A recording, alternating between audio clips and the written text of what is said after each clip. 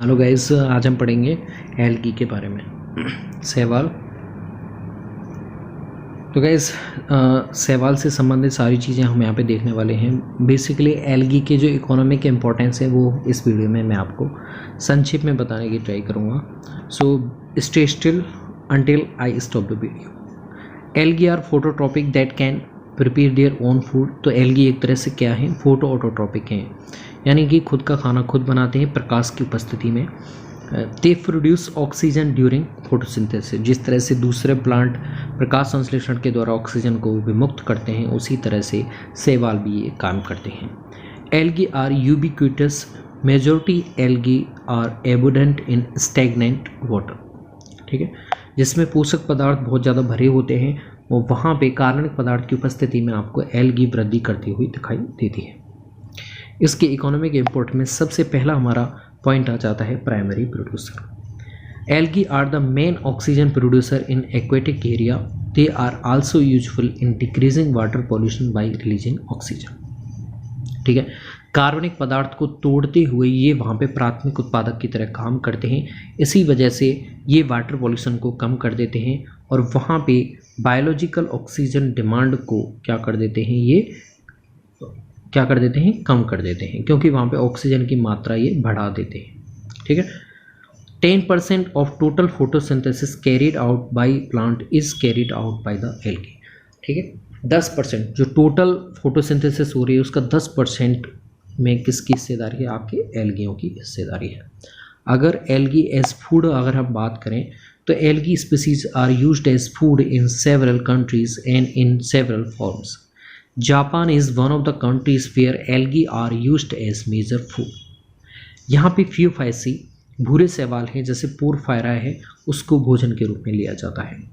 तो बेसिकली ऐसे स्थान जहाँ पे लैंड एरिया नहीं है, स्थल वाला स्थान नहीं है, वहाँ पे समुद्री जगह है, कोस्टल एरियाज हैं, तो वहाँ पे शैवाल जो समुद्री शैवालें होती हैं उनका बहुत अच्छे से प्रयोग भोजन के रूप में किया जाता है। Because they are very rich in proteins, vitamins, lipids and minerals. ठीक है, तो यहाँ पे इतने सारे पोषक तत्व इसमें भरपूर होते हैं, इसी वजह से इनका फूड की तरह आप यूज कर सकते हैं। एल्गी लाइक लेमिनेरिया, एलेरिया, आर्थोथ्रोमो are commonly used as vegetables. Chlorella is utilized for making pastries, cakes and sandwich. Chlorella का उपयोग पेस्ट्रीज, केक्स और सैंडविच बनाने में किया जाता है। साथ में ही आपके एगार जिससे बनाई जाती है जिलेडियम और ग्रासिलेरिया से, या फिर एल्जीन जो बनाई जाती है वो भी पेस्ट्रीज और केक्स वगैरह बनाने में या फिर ऊतक संवर्धन में यूज करते हैं। ठीक है, आगे बात करें, algae as fodder for cattle. पशुओं के लिए चारे के रूप में भी एल्गी को यूज कर सकते हैं। Rhodymenia palmata is used as food for sheep in Norway. Norway में रोडमेनिया पाल्मेटा एल्गी को भेड़ों का चारा कहा जाता है। लेमिनेरिया सेक्रेना, पेल्वाइटा, एस्कोफाइलस आदि जातियां पशुओं के लिए चारे के रूप में प्रयोग की जाती हैं। इंडस्ट्रियल यूज, क्योंकि जैसे आप देख सकते हो यहाँ पे algae as source of iodine. तो अगर औद्योगिक प्रयोग में देखें, सबसे पहला उपयोग यही है कि ये आयोडीन का बहुत अच्छा स्रोत होती है। ठीक है, the marine algae are rich in iodine and several other important minerals. By feeding the milk cattle and hens with algae, iodine quantity of the milk and eggs may sufficiently be increased. अगर आप algae को प्रयोग करें पशुओं को चारा देने के लिए, चाहे वो आपके घरेलू पशु हैं या फिर वो मुर्गियां हैं, तो वहाँ पे एल्गी की चारे की वजह से उनके जो दूध होता है उसमें आयोडीन की मात्रा आपको अच्छे से मिल जाएगी। तो जो थायराइड संबंधित बीमारियाँ होती हैं वो भी नहीं देखी जाएंगी आपको। दूसरा देखें औद्योगिक रूप में, तो डायटेमाइट्स के रूप में एल्गी को प्रयोग कर सकते हैं। तो जो डायटम्स होते हैं उनकी कोशिका भित्ति में सिल्क का भरी हुई होती है, जिसकी वजह से उनका अपघटन नहीं होता है, वो फॉसिल्स की तरह मिट्टी में संरक्षित रहते हैं। Diatomite is fossilized remain of diatoms की फॉसिल्स रिमेन्स को डायटेमाइट बोलते हैं। They are single cell aquatic algae which are in the form of petri dish. It is used in carpet, roof insulation, wall insulation, cosmetic and bath product. क्यों use करते हैं? क्योंकि इसकी जो perforate जो होती है संरचना बहुत अच्छी होती है, इसमें छिद्र, बहुत छोटे छोटे छिद्र बनते हैं, तो इसका इंसुलेशन, ऊष्मारोधी भी ये बहुत अच्छा होता है। इसकी वजह से रूफ इंसुलेशन या फिर वॉल इंसुलेशन में भी इसका प्रयोग किया जाता है। ऑर्गेनिक कंपाउंड में औद्योगिक रूप उपयोग देखें इसका, तो फ्यूकस और फाइलोफोरा से एसिटिक एसिड, फॉर्मिक एसिड और एसीटोन प्राप्त किया जाता है, जबकि एस्कोफाइलम नोडोसम से 5.7% जिसमें प्रोटीन होता है, 10.7% मॉइस्चर होता है, 15.4% एस होती है, 2.65 फैट होती है। तो ये चीज़ें भी ऑर्गेनिक कंपाउंड भी प्राप्त कर सकते हैं। अब हम आ जाते हैं एगार एगार। एल्गी में एगार एगार से संबंधित कई बार आपसे क्वेश्चन पूछे जाते हैं। ये इस तरह से आपको दिखाई देते हैं। It is jelly like substance obtained from algae. It is used in dessert, जो मिठाइयाँ बनती हैं उसमें इसका प्रयोग करते हैं, चाहे वो आइसक्रीम है, जेली है।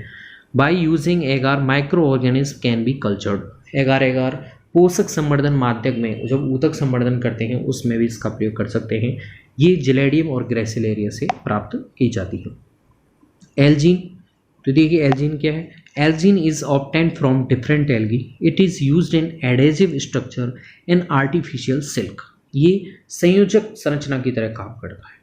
It is used in paints and many pharmaceutical products. It is used in ice cream, natural and synthetic rubber में भी इसका प्रयोग बहुतायत रूप से किया जाता है।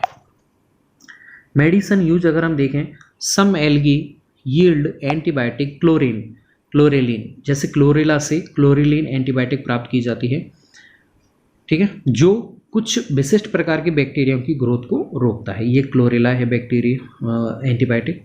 Because of high iodine content, brown algae is used in manufacture of various goiter medicines. जो थायराइड से संबंधित बीमारियां होती हैं वहाँ पे भूरे जो शैवाल होते हैं उनका प्रयोग किया जाता है। Spirogyra is used for cleaning of optical instrument.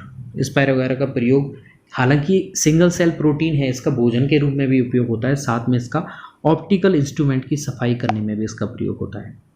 Nitrogen fixation में भी इसका प्रयोग होता है। जैसे algae play in important role in nitrogen fixation.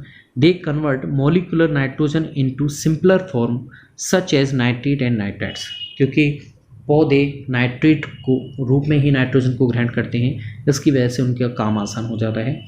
A high rice yield has obtained when the rice field were inoculated by nitrogen fixation.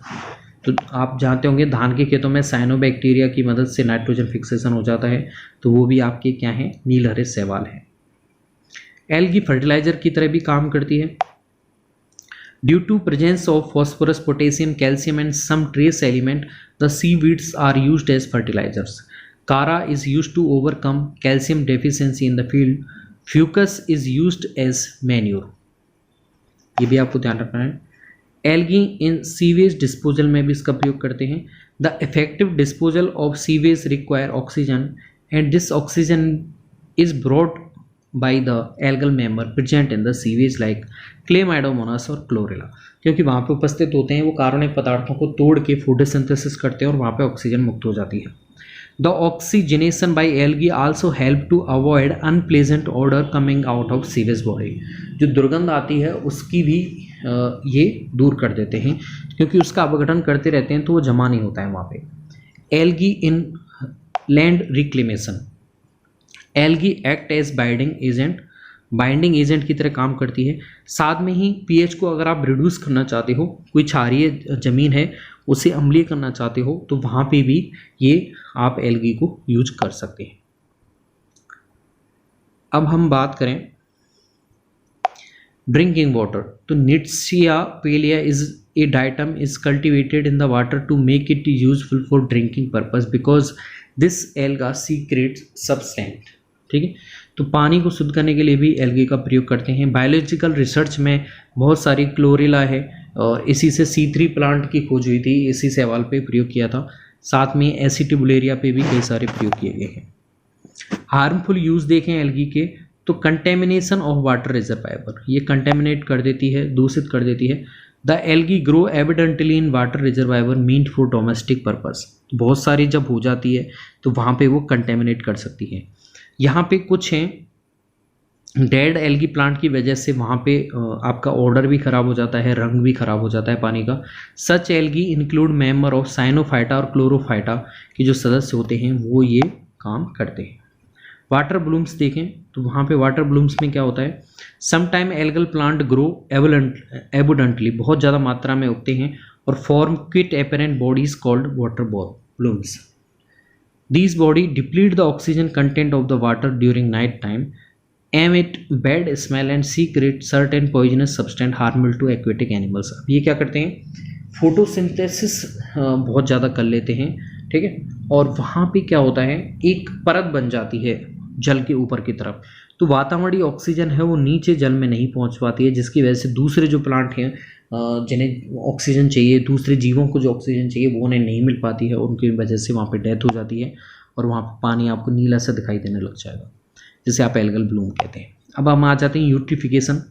तो algal cause eutrophication इन Pond's. अब eutrophication होता क्या है, तो देखिए किसी भी स्थान विशेष में कार्बनिक पोषक पदार्थों की मात्रा बहुतायत से बढ़ जाती है, उसे आप यूट्रिफिकेशन कहते हैं, सुपोषण। It causes death of aquatic animals. The death of kettles occur by drinking the infected water, ठीक है, कैटल्स की डेथ इस तरह के पानी पीने से हो जाती है। Due to thick layer of algae on surface of water photosynthesis does not occur. जब बहुत सारी परत बन जाएगी, एल्गी इतनी सारी सघन हो जाएगी तो नीचे प्रकाश नहीं पहुंच पाता है, तो कुछ प्लांट फोटोसिंथेसिस कर नहीं पाते हैं और उनकी डेथ होने लग जाती है। यूट्रिफिकेशन प्रोसेस देख सकते हैं, इस तरह का पानी आपको दिखाई देगा। डिजीज़ देखी जा सकती है ह्यूमन बीइंग्स में। The contaminated water cause stomach disorder, पेट संबंधित बीमारियां पैदा होने लग जाती हैं। कुछ एल्गी रेस्पॉन्सिबल हैं रेस्पिरेटरी डिसऑर्डर, स्किन डिजीज और other algae causes allergies. Parasitic activity है, some algae are parasite on other plant और animal as well, most of these belong to rhodophyta red algae. जैसे चाय की पत्ती पर रेड रस्ट रोग होता है, सिफोलोरस वेरुसेंस, और कॉफ़ी की पत्तियों पे भी लाल सड़न रोग होता है, तो वो रोडोफाइटा यानी रेड एल्गी की वजह से होता है। ये पैरासिटिक एक्टिविटीज़ हो जाती है। अब यहाँ पे ये हो जाते हैं आपके किसके importance, economic importance of algae.